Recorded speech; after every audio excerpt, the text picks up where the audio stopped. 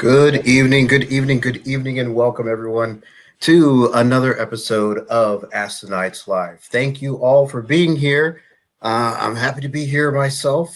So, without any further ado, let's get our guest in here and have some fun.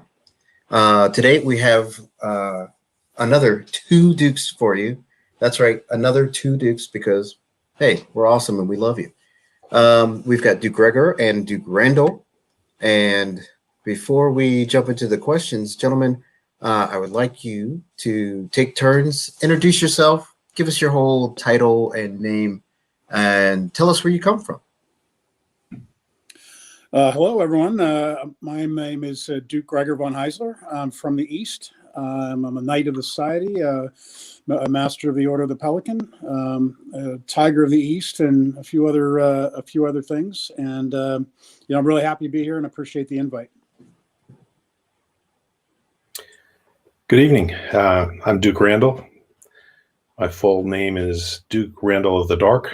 I have enough titles to fill pages, I guess. I've got Pelican, Tiger's Combatant, Master at Arms, just a whole bunch of other ones there. I can't remember them all. Well, thank you, gents. And I am, of course, your host, Baron Logan Pathwarden, from out here in the West / Drakenwald / West. Anyway, it's a long story. So, gentlemen, I just want to thank you both for being here on the show with us this evening. So let's not beat around the bush. Let's get into our first question. And as always, our very first question is, how'd you get into the SCA? All right. So I was in my sophomore year of college. One of my friends came up to me and said, "Hey, there's a bunch of guys doing some fighting with swords and stuff out in front of one of the other dorms. You want to go and take a look?" I said, "Sure. I'm not doing anything on a Sunday." We wandered over and we watched for a while and kind of looked at some of their equipment and stuff. And one of the guys looked over and said, "Hey, what do you think?" I said, "Well, I'd kind of like to try it." So they, handed me a little round shield and they handed me a sword and they said, "This is how you throw a shot and stuff." So we did a little of that for about 5 or 10 minutes. And then that was it. It was time to go. So the following fall, they were doing a demo at one of our Oktoberfest celebrations. And I wandered up and they said, "Yeah, you want to try it?" They put me in some loner armor and I had some fun right up until the point where one of the guys hit me in the knee hard enough to bring tears to my eyes. Oh. And that was the end of that day. And then they said, "Oh, you want to go to an event?" And so I went to an event that following February, and I've been in the SCA ever since. Yeah, I was introduced to it in college as well, although it didn't really take for me back then. I actually ran into some guys who were in a similar organization, very similar rules. A lot of them were dual members or former members of the society. And I saw guys practicing and I went to a small event and it was fun, but it really didn't capture me at that point. I had other priorities at college. Not that they were academic priorities, but I had other priorities. And, after we graduated, I went and visited those friends and they were all getting, ramped up and working on armor. And I said, "What are you guys doing?" So we're getting ready for the war. And I'm like, "What war?" Like the Pensic War. It's like, "All right, great. What's the Pensic War?" They said, "Well, you're going to find out." And they took me out to the Pensic War. And I saw, 10,000 people out there doing this. And I went to the battlefield and I saw some people who really knew what they were doing. And I was hooked. And, the guy who brought me out there ended up, becoming my knight and helped me, along on my path. Awesome. That's awesome. So The companion question to that question is always, you've been doing this for a while now, so what is it that keeps you coming back? The people. I've been doing this 33 years, I think now, and I'm not super active the past few years. I go on and off, but I always keep in contact and do some things. But it's the people. I have lifelong friends and people that mean a lot to me, that have inspired me, taught me how to be a better person. And virtually, about 50% of my friends are in the society. And some of the finest people I know, including Duke Randal, are in the society, and that's what it's all about. In the end, there's fighting and there's arts and all these things, but it's really about the people, the relationships. I have to agree. When it comes right down to it, I really enjoy the fighting, the archery, the arts, the singing, the camping. I like all that, but it's the people in the end. It's the people I know. It's the people I haven't seen for a while. You go to an event, you get to talk to them, you get to hang out and have a good time. And that's really, I mean, it is what the SCA is all about in the end for me. Absolutely. Yeah. And I can pretty much guarantee you that every single guest that I've asked this question to, or any guests who will be on, they basically say the same thing with different variations, but it's always the people. And I couldn't agree more. Okay, so let's get into a little bit more of the meaty questions here. Oh, and I lost my spot. Hold on a second. So this show is primarily about, or primarily for unbelts, or people who are just interested in fighting. And so we get a lot of good questions from them. So one of the things that they always want to know is, what is the most difficult part for you when teaching or training a new person or anyone? So every person that you try to teach, every person that you that you try to train, you have to remember that they're an individual, and they will. Their body may work slightly different than yours. Their body may be is probably of different proportions. You have to remember that a small person can't do some things that big people can do. Big people are able to do some things and aren't able to do some things that small people can do. So you really do have to train, tailor your training to an individual. You can't just say, this is the way you do it. This is always the way you do it, go forward.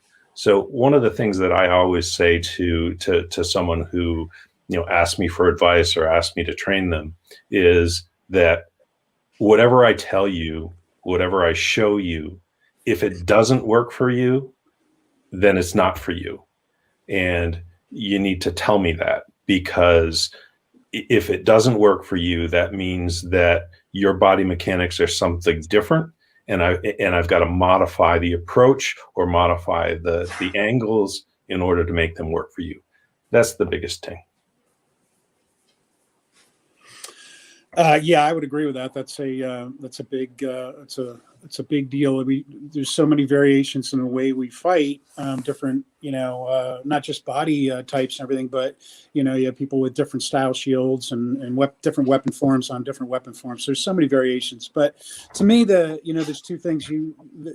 When you're working with somebody, you need to they need to have the passion to want to do this and want to put the work in, and in order to achieve their objectives.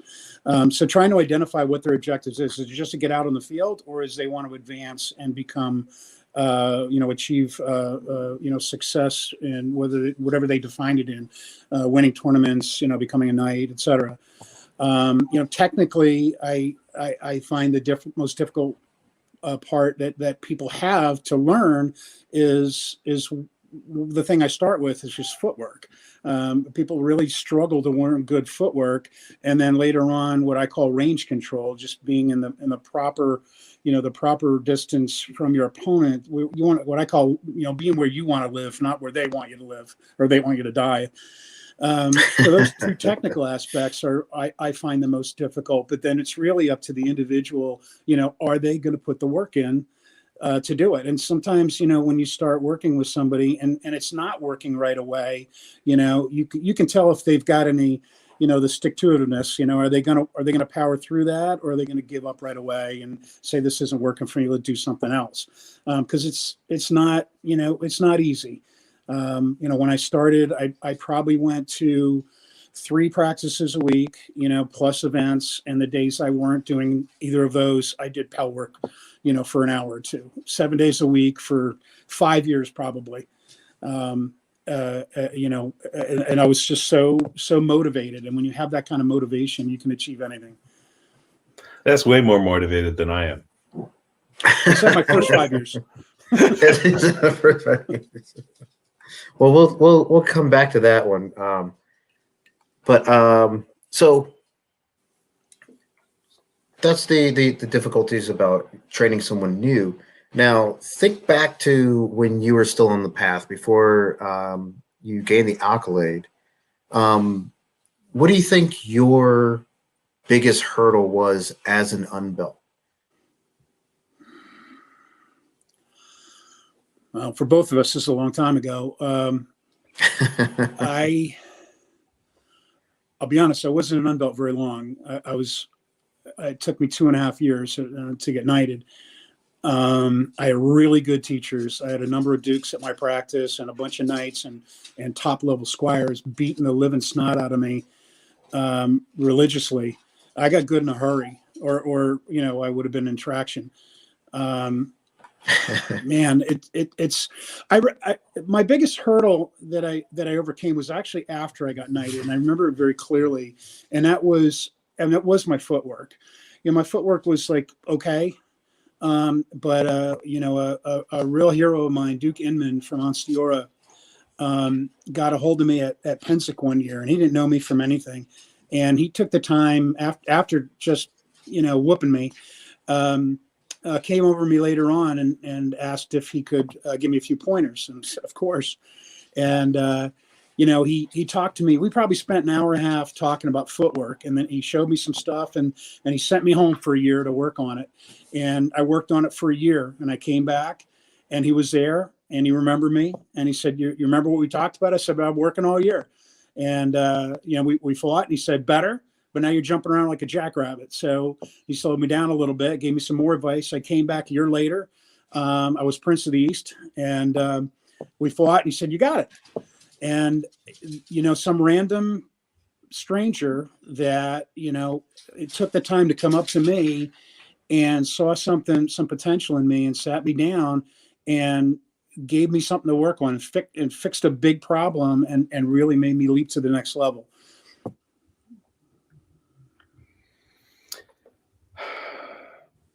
Biggest problem is an unbelt. Patience.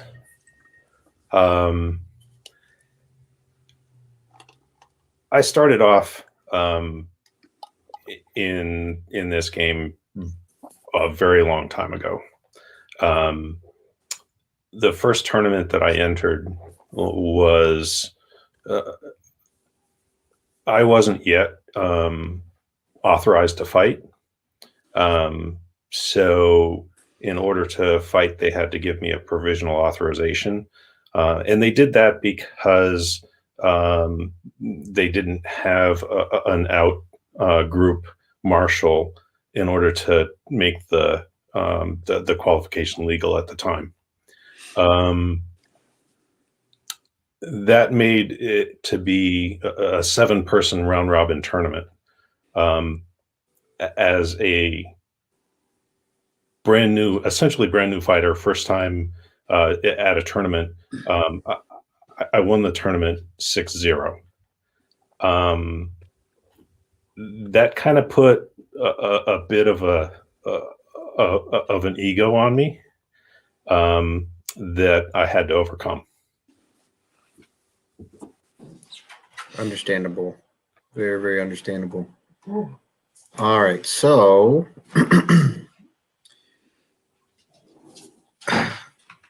what exactly is it that you guys look for in a squire?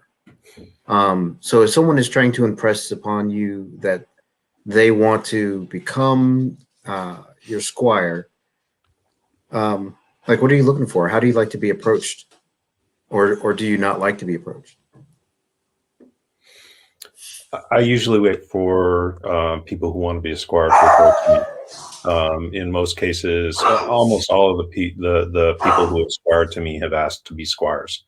There really is only one case that I remember where I actually asked someone to be my squire. What I look for in a squire is a desire and to improve, and that doesn't necessarily mean the desire to improve as a fighter, but desire to improve as a person, to continue to get on the path of being the best knight, being the best person, being the best that they can be. In addition to that, I'm looking for someone who I'm okay with sitting around the fire with after everything else is done. Inviting in my home, just doing, spending weekends with in order to build, armor or whatever they're interested in. People that I want to be with in addition to someone who wants to learn and progress. Yeah, I think Randy and I look at things very similarly. Matter of fact, I took on one of Randal's brothers as my squire for a while. The only thing I would add on to that is, if you just want to be trained how to fight, I'll train you how to fight. If you want to become a squire, you need to appreciate more than just fighting. You need to appreciate everything that the society has to offer. You don't necessarily have to do everything, but you need to appreciate it and understand that, whatever fighting means to you, arts and sciences means to somebody else. And you need to appreciate that and embrace that and support others in their endeavors, whether it's, somebody in your household or just a stranger. So it's, it's really embracing the entirety of what the society has to offer. Excellent. And so that rolls into one of my favorite questions. Do you think a knight needs to be well-rounded on and off the field? Do they need to know multiple weapons forms to the point where they can wield them? Should they know chess and dancing and thrown weapons and all those different types of things, or some kind of art and science? Do you think that makes them a better knight?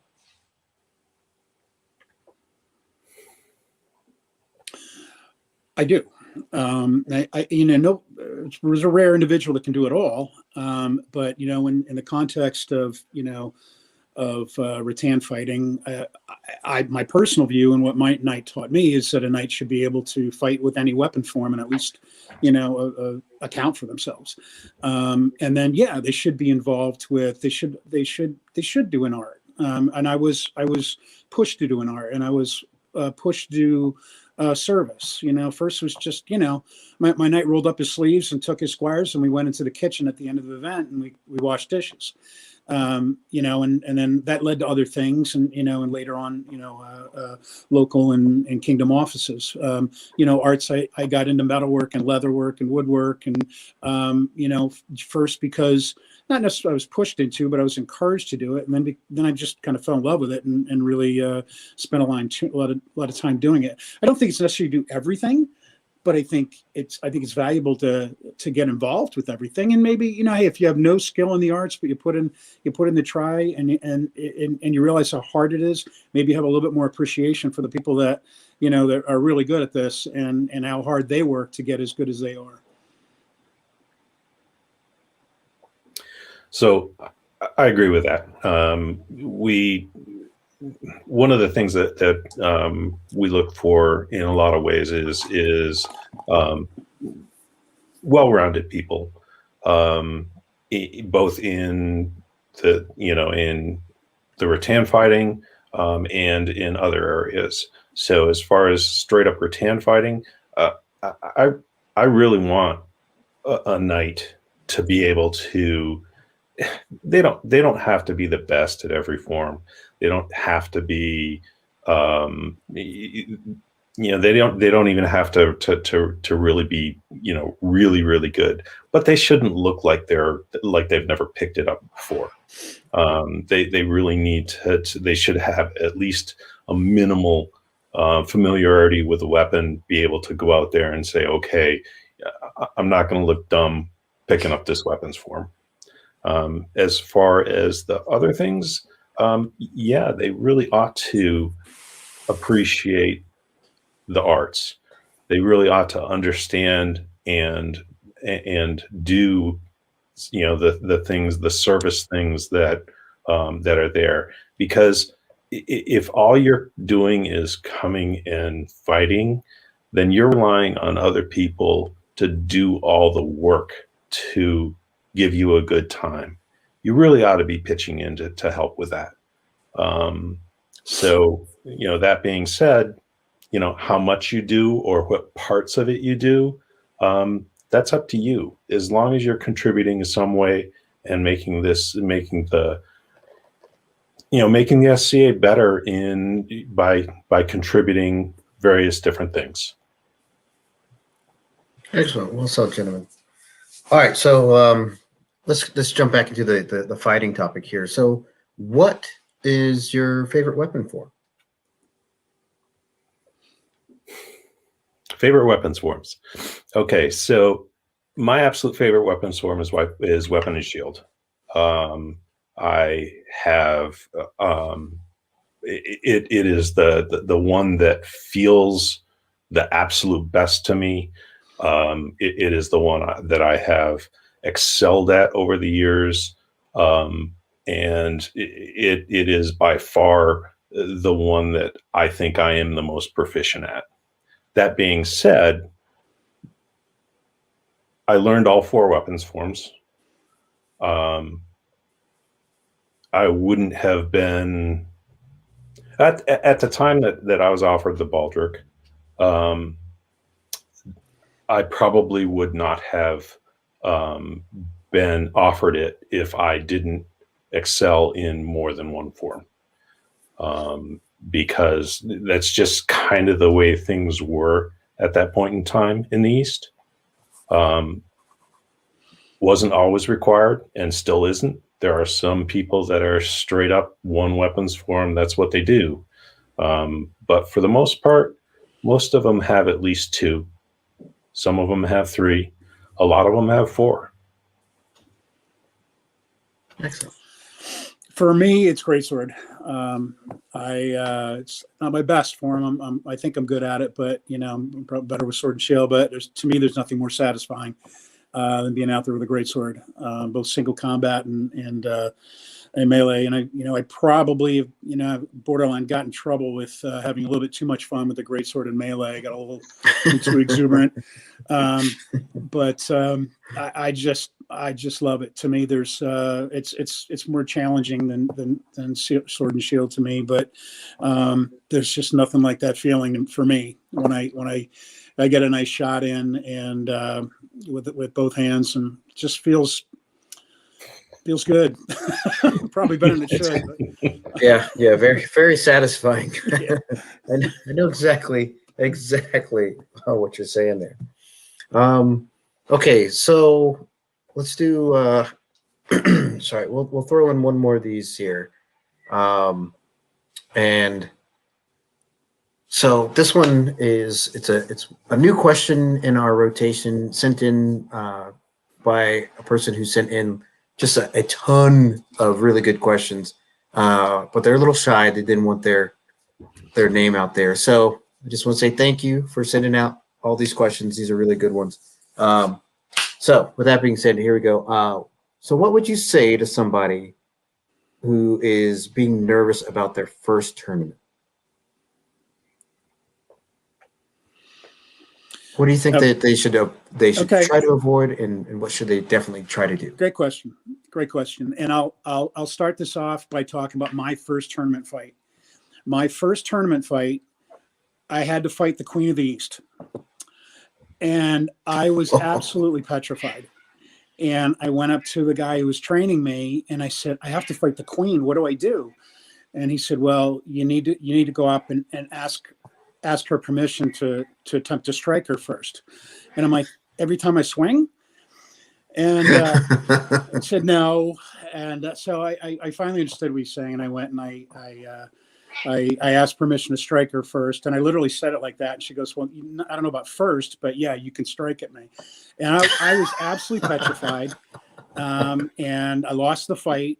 And I walked off the field and I was like, wow, that was pretty intimidating, but it was fun. And I kind of got my butterflies out of my stomach. And after that, it was all downhill. So, I just went out there and I just had fun. And that would be like, if you're not having fun, this isn't the right thing for you. You're going to, especially in the beginning, you're going to lose a lot of fights. Lose almost all of them in the beginning, and just go out there and have fun and try to take something away from every fight. Try to learn something with every fight. Enjoy it. Die with a smile. Thank them for killing you. Ask for advice, and don't be nervous because that person that you just fought went through the same thing when they started. So, for a first fight, the only advice that I can really give is just go out and do it. Do not, if you go out and you're worried and you freeze, the fight's going to be over in a couple of seconds, and you won't have done anything. So go out there, relax, and when the Leon is called, start fighting. Don't worry about what your opponent is going to do or whatever. In all likelihood, you're probably going to lose, unless unless your opponent is the same kind of level that you're at. So just realize that that's probably going to happen. Go out, do your best, take some shots at your opponent, see what happens. Learn from the fight, go, and then move on to the next one. Well said, gentlemen. Well said.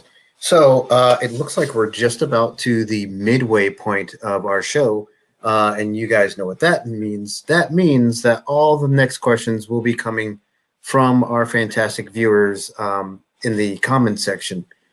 We comb through the comments, getting all those good questions. So if you haven't asked a question yet, this is your time to jump into the comments. Make sure that your question gets put in there because we got some pretty good ones in here so far. Let me just switch over here and check these out. All right. So here we go. Straight from the top of the list here. This one comes from Baron. I'm going to say this is it Selwyn? I hope I'm saying that correct. What do you do to keep fit? Not like spend 3 hours in the gym, but daily workout stuff, if any. So I'm not very fit. That's one of my problems right at the moment. We've spent basically a little over a year in lockdown. The amount of exercise that I've gotten has tailed off considerably. I am beginning to work back into shape, and that's so. It's the question of, when can I get into a gym? When can I start doing more stuff? I have some limitations on my body that keep me from doing certain things. Like I don't run. Yeah, with an artificial hip, you're not supposed to. I only laugh because I was forced to run for 20 years, and when I retired, I said, I'm not doing that anymore. So yeah, I mean, I do some limited workouts at home. I take long walks with my dog, and that's the extent of my exercise right now. It's not enough. Yeah, I'll echo that. And I noticed that our questioner was from the East. So he's from the East. He probably knows that I'm not fit at all and haven't been for a while. But when I was, for me, it was, I like running. I don't like running. I don't have the artificial hip excuse. I just don't really like running long distance. So for me, it's lifting. I actually enjoyed lifting and fighting. If you want to build up fighting stamina, there's nothing like fighting. But having said that, at least some light cardio is good. I worked on a cycle. That was about the limit of it. I didn't do a lot of it, but you should do some. But for me, I found lifting more beneficial than anything else as far as it relates to my fighting. Excellent. All right. So, I'm sorry. Okay. So this comes from, who is this from? Oh, okay. So this is from Thomas Kenrickson. Sorry, it took me a second to figure out where it was actually coming from.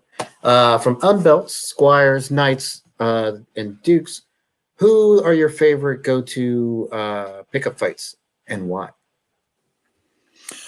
For me, pickup fights for me are about just sitting down and having fun.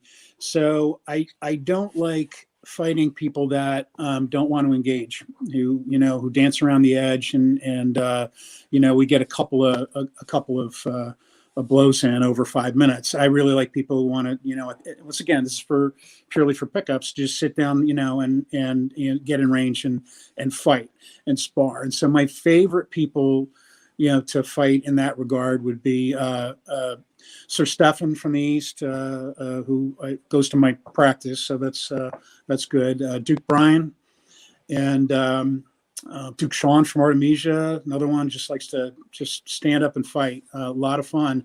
But having said that, I do, once you get into a tournament, I do appreciate the cat and mouse and the chess game out there. As far as who's my favorite fights for pickups, I'll do anyone. I'll fight anyone in a pickup. It really doesn't matter to me. I've had some really great fights with dukes. I've had some really great fights with mid-level fighters. I've had some really great fights with relative novices. It's not so much what their titles are or what their skill level is.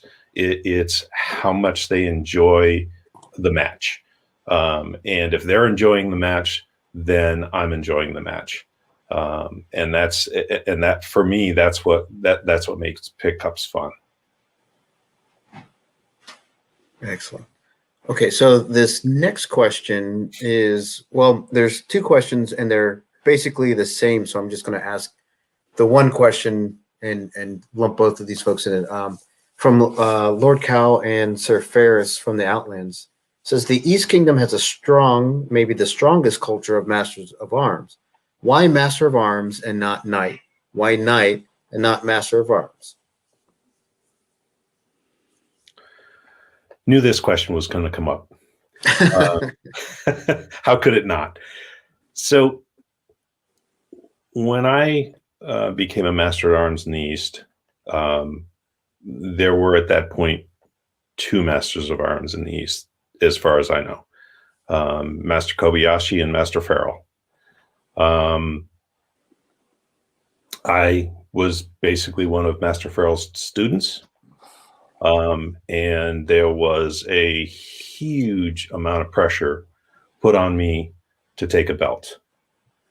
The East Kingdom wanted to end the tendency towards putting getting a master's baldric. Um, I became a master because I felt that it was the right path for me. There are a lot of things that go into that decision, and it wasn't an easy decision, at that point. Little easier now, I think, because we have so many. But then it was a difficult decision to make. One of the things that people ask often is, what's the difference between a master and a knight? For me, I don't feel that there is much difference. The only real difference is whether or not they swear fealty to the crown.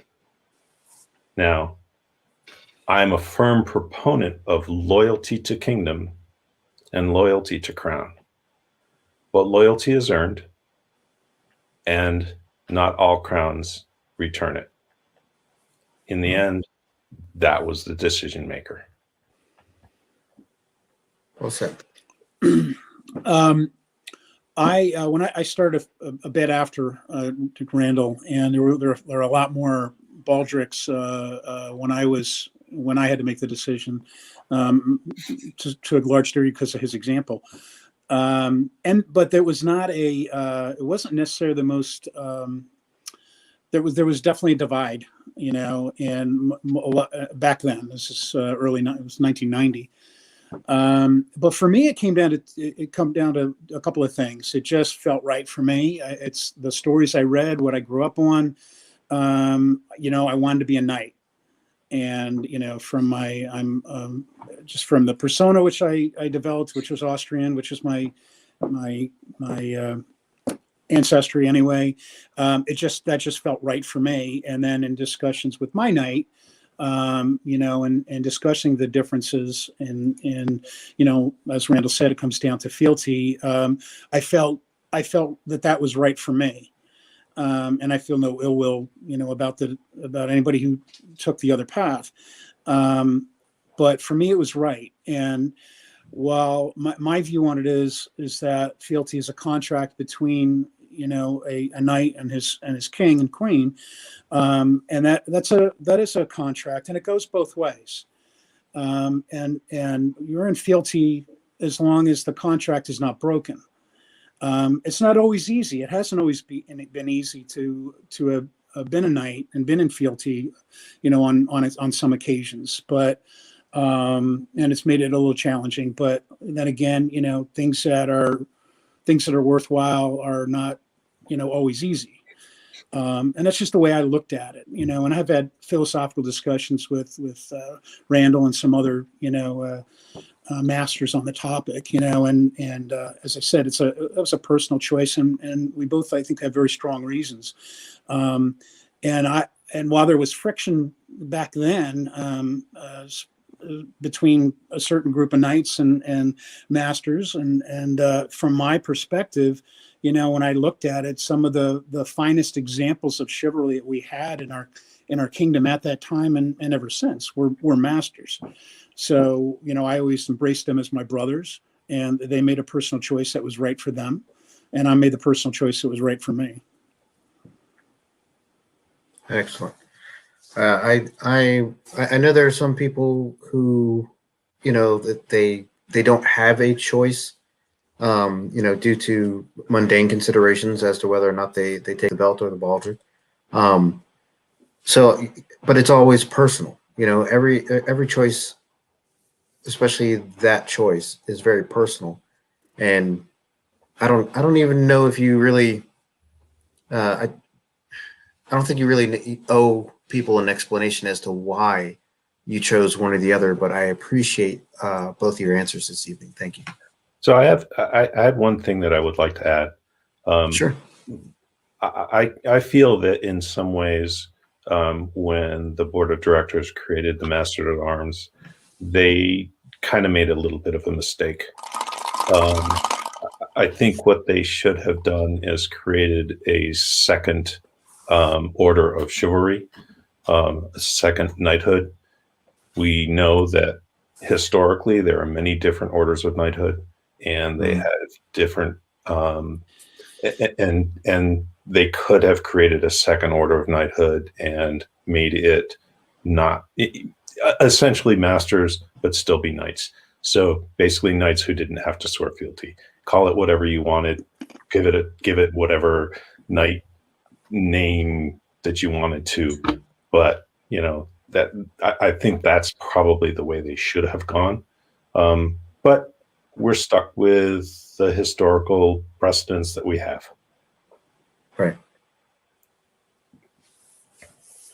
All righty. So we're just about 3/4 of the way through our show. I mean, time flies. You guys have been giving some fantastic answers. So I just want to take this time right now to remind everybody, and the wonderful Fortune throwing out some love to you guys. But I just want to take this time real quick to remind everybody to do us a favor. Go ahead and flat snap the hell out of that like button.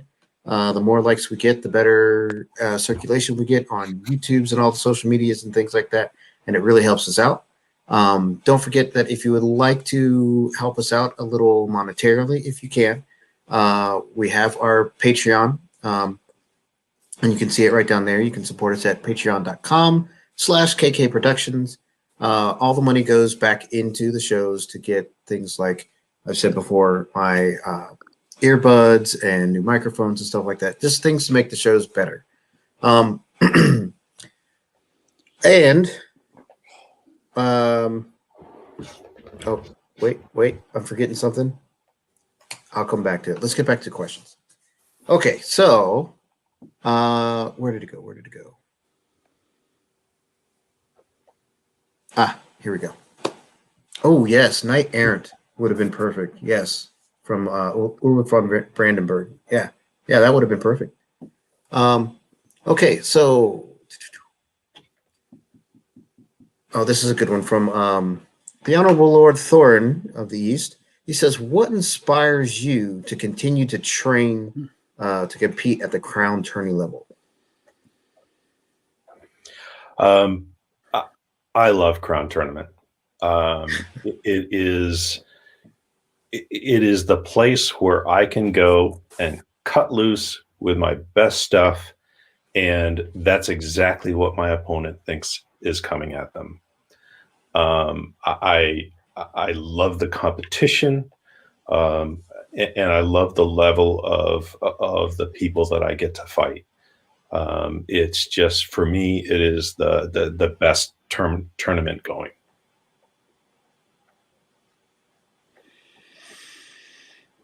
I had different motivations at different times in my life.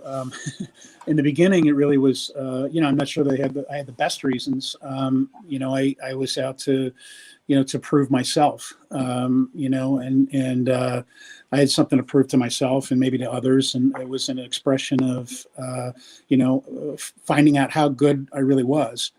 And how good I could be. And that was the biggest, baddest tournament that was, really available outside of going to one of those huge tournaments at Penzic or Estrella or something like that. And it was, there were real consequences. So, winning or losing really, really meant something. And moving forward in that, in that format, under that kind of pressure, if you will, it brings out the best or the worst in you. And it's a time to kind of find out what you're made of, not just in skill wise, but, sometimes who you are as a person. Are you going to do the right thing when it's time?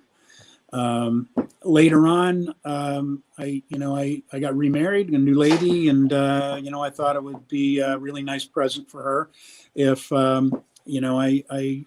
if I went and fought for her and try to do my best for her. And, I was able to do that. But, I had not fought in crown tournaments in about 15, 16 years, something like that. And when I got back into it, even though I'd never really stopped fighting, it's a different animal, when you get out there. And it took me 3 or 4 tournaments to really kind of get my crown tournament, fighting head back. It's different. There's no mistakes. But and to that end, it's the most it's the most satisfying victory you can have, because you're not only it's the ultimate win, because there really is a lot of internal pressure. But the greatest thing is you win, and you're doing something for your lady, something really nice and beautiful. Awesome. It always comes down to our consorts. Okay, so we've got a good question here from His Royal Highness. I'm sorry, His Highness Patrick, Prince of the Mist. What do you expect of your squires in a non-martial capacity at events? We touched on this a little bit with the well-roundedness question, but what do you like to send them out to do?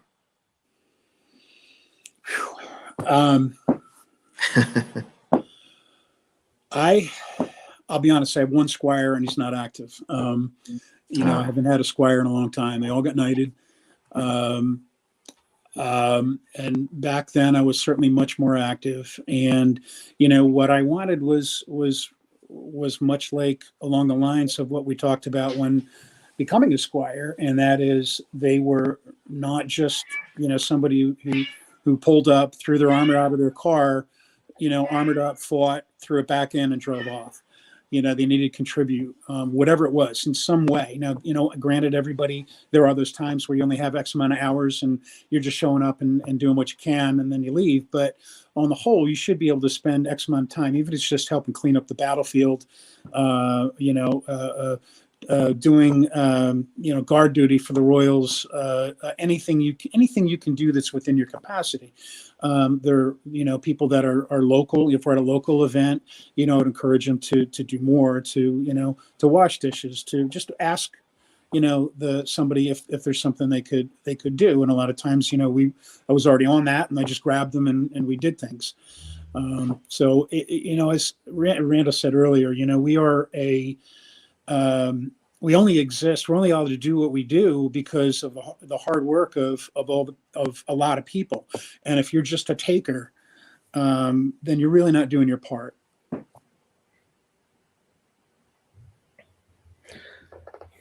All right, Patrick, you know exactly what I asked my squires.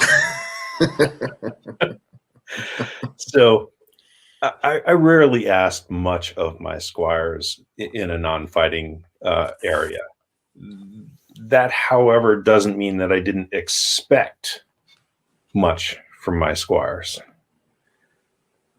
I expected that they would do things. I expected that they would contribute. Rarely did I ask them to help me with things. Rarely did I ask them to do specific things.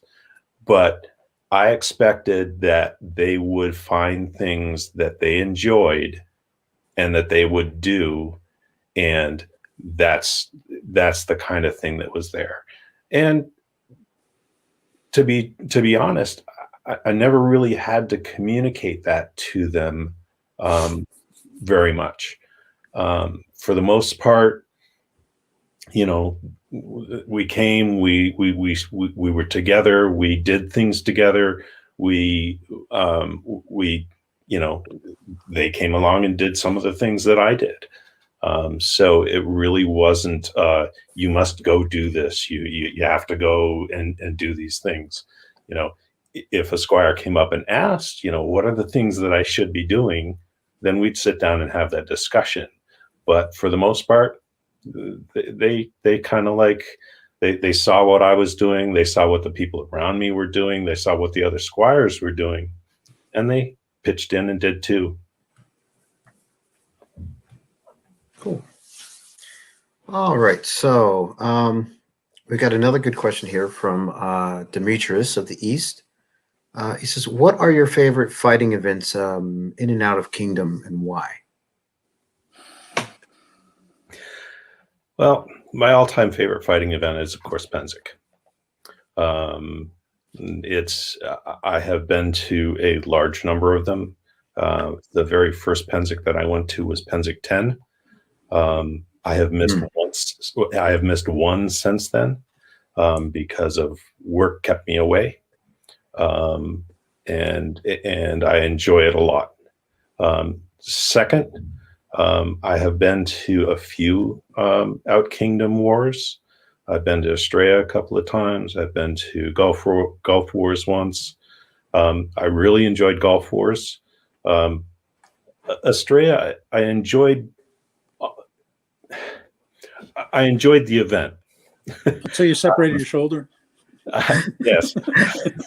I went to Estrella twice. I came back from Estrella the first time with bronchial pneumonia, and I came back from Estrella the second time with a dislocated shoulder. So while the event was fun up to that point,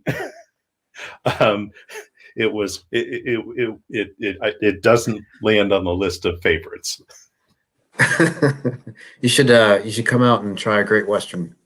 I've been trying to for years, and it just hasn't worked. Well, I will tell you that the West is very hospitable. All right, your Grace Gregor. Yeah, Estrella War is. I went to about 7 of them, I think, back in the '90s. I haven't been back for a long time, but I really enjoyed it there. Made a lot of great friends, and it was tremendous. I've been to a Gulf Wars a couple times. I enjoyed that, except for the ravine battle. When I was king last time, I was out with the Kingdom Surcoat with a great sword in the ravine battle. I think I got shot 574 times, and I killed nobody. I think you undercounted. So, I was all of you on the other side. You're welcome. Within our kingdom, I enjoy our 100 Minutes War, which is just 100 minutes of mayhem. I really enjoyed the Great Northeastern War, although I'm too lazy to drive up there regularly. Those are two kind of best events. We used to have a lot of war camps that back when I first started, they were a lot of fun.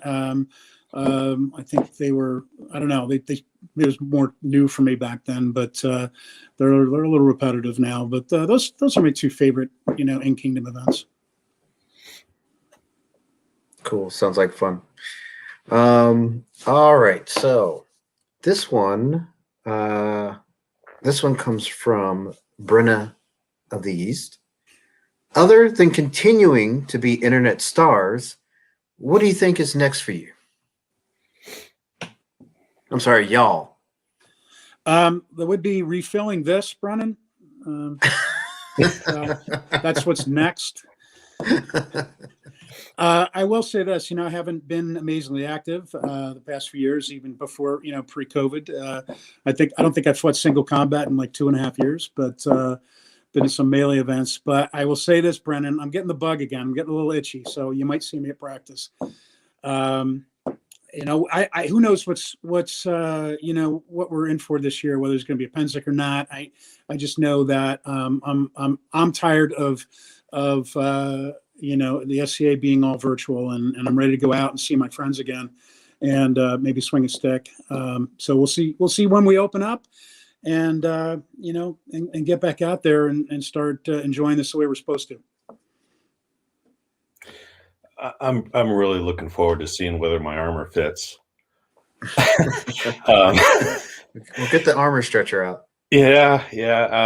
So I really want to get out and see some of my friends and hit them with a stick. Sit around a campfire, have a beer, or share a bourbon or something. Just to enjoy. Start enjoying the things that make the SCA special. I'm not planning on any new, career moves or anything. I'm probably still gonna, enter crown tournaments and see whether or not, I can beat up on all these young guys. You heard it here first, and I will say that is a warning to everyone out there in the East. When Crown opens back up. All right, I think we have time for one more, and I'm glad we do, because this is from one of my absolute favorite people in the entire world. This is from Contessa Fortune, and she says, "You are both equestrians. what are your favorite things about SEA equestrian activities? Oh, you know, that's SEA equestrian activities are the primary time that I get to be on a horse. Um, I enjoy the competitions that we have, and I just enjoy being around the horses. I don't do it often enough, but that's pretty much it.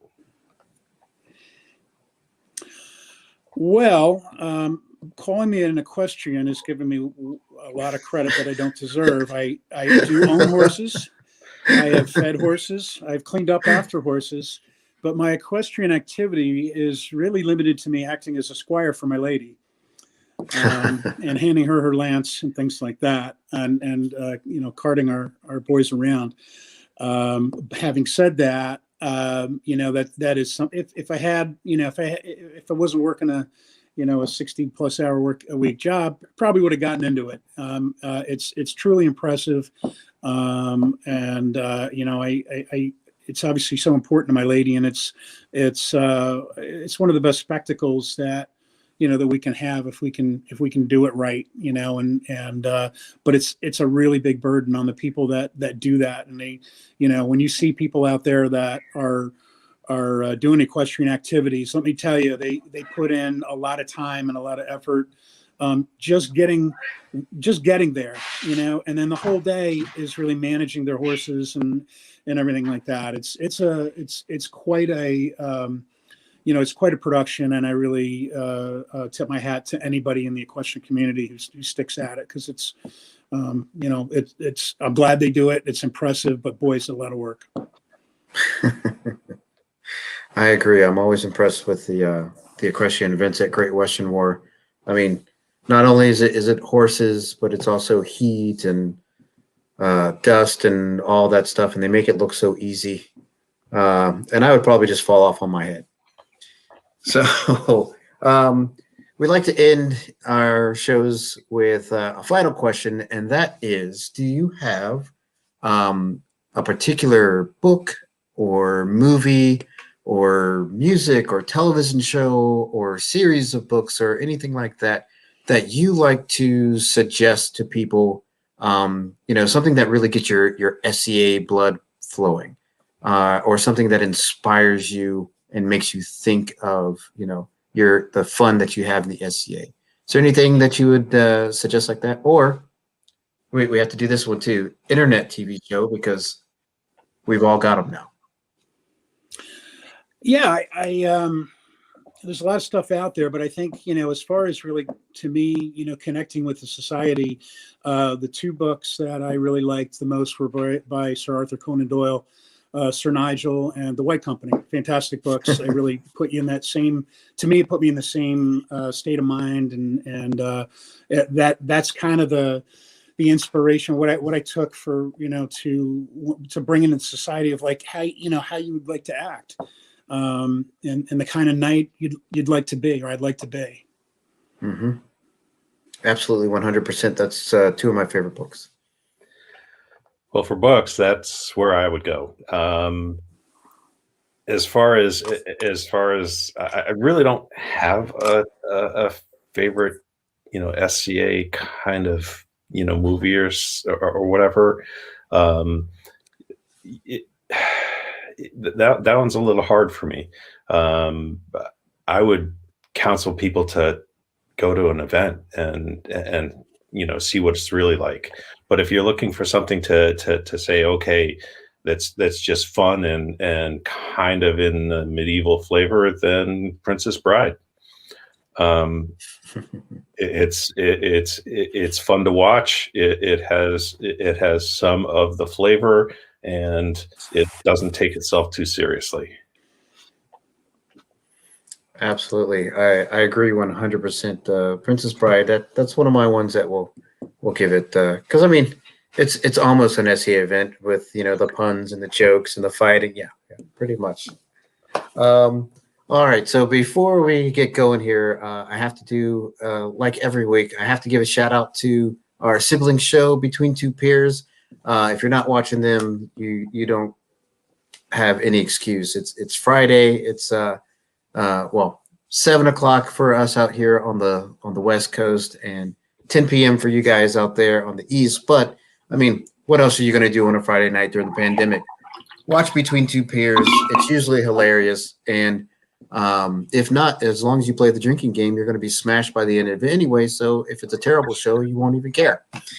So thank you, gentlemen, both, so much for being on the show. I hope that you had a good time. I know that I had a good time.